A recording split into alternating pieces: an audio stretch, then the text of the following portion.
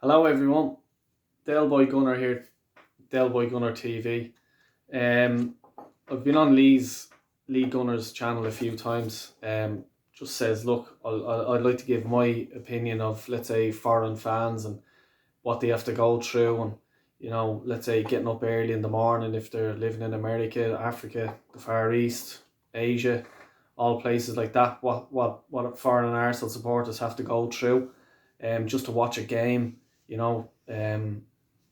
It's hard, let's say, to commit to support to a team like Arsenal because you have so many different clubs throughout the world that you can support. You don't need to support an English team. There's teams from AC Milan, Real, Barcelona, everything like that. They're not stuck to the one country. But my big cheers to every foreign fan out there, and obviously the English fans as well. Can't do it without you guys at the stadium. But if this is just an introduction video, I'll take a swig of this first to say thank you to everyone. But this is just an introductory video, just to sort of give you an idea of what it's about, and the dedication you have, and just a little bit of background about me and why I've supported Arsenal, when, and all stuff like that. As it says, I'm Del. My son, Zach, he's doing camera, and he's also going to do a bit of editing and stuff like that. I haven't a clue how to do any of that. I'm not on social media. I don't plan to go on social media because I just think there's a lot of clowns on it, and let's say a lot of haters and stuff like that. If you're not on it, there's no one hating you. That's my point of view. But anyway, Zach's going to ask me a few questions here. Look, if you have any questions yourself, feel free, drop them in the comments by 100%, no problem. Zach, go ahead with your questions there. Okay. So how long have you been supporting Arsenal? I'd say 88.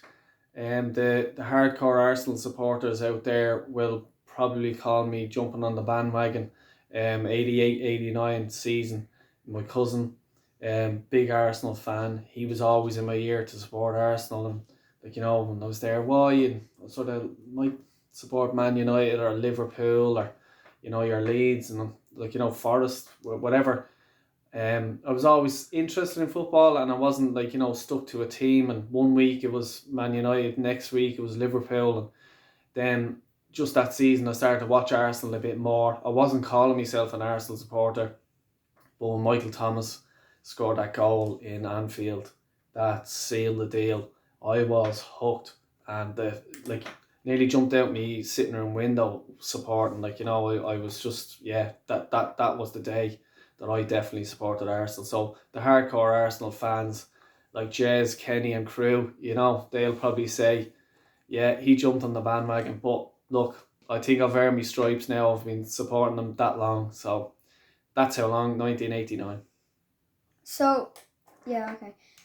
So what was your best memory of Arsenal? Oh, there's a few. I suppose the year that the 2006, the road up to the Champions League was great. I haven't watched the final since. I can't watch it. Obviously the Invincible season was just unbelievable.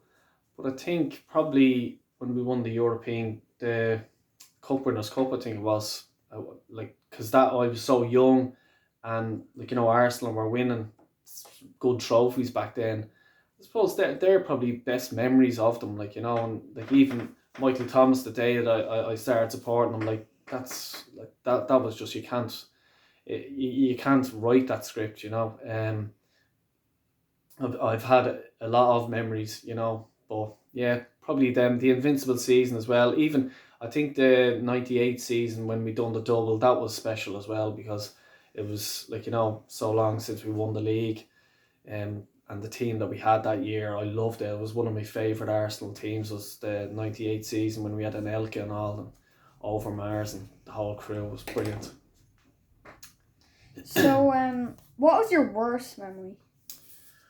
Well, it's been, I think, too many of them. Probably 2006, the Champions League final. That was a tough one. And especially because you're a foreign supporter, when you go into, let's say, the pubs, there might be one or two Arsenal supporters there. You're clearly going to be outnumbered by, let's say, the Liverpool fans, the Man United fans, and they're always looking for the other team to win. So I remember I was actually in my local pub for that final, and I think there's about three of us, four of us, and I weren't sitting with them Arsenal supporters. Like, we were just sort of dotted around the pub, and when we lost, just people coming up laughing, and I was just, that's it. I'm getting out of here. Didn't want to be there. The other embarrassing was the A2 Old Trafford. One of the worst days ever being an Arsenal supporter. You're just like, that was just disgraceful what happened. You could see it coming. Every true Arsenal fan could see that coming. We didn't sign anyone. It was just that probably would have been one of the worst. That in the Champions League final. Yeah. So, have you been to the Emirates? Yeah, I've been to the Emirates a few times. First time I was in the Emirates, I was very disappointed. Because I've been to Highbury loads of times. And Highbury was one of my favourite stadiums. Like, not just because I'm an Arsenal supporter, but because you're in on top of the crowd and the players and the away team, and you're in on top of them and you're giving them grief and making them know that they're playing Arsenal today. And then when you walk out and you look at the Emirates, and it was just the stadium just felt, whoa, it's just real far back, and you're not able to make the stadium a fortress, and it was disappointing. But look, it is an amazing stadium.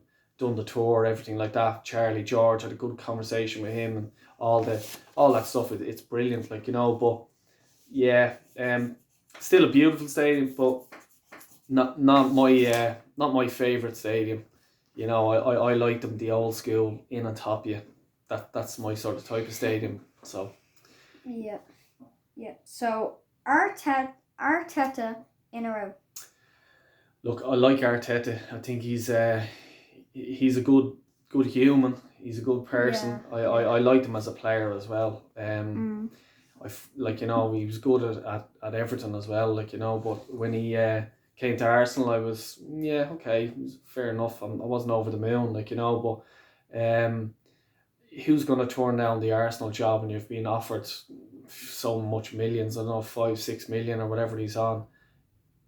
Even if you were offered $1 million, who's going to turn that down? Like, one of the biggest clubs in the world, with the follow the fans, that we have, and the amount all over the world.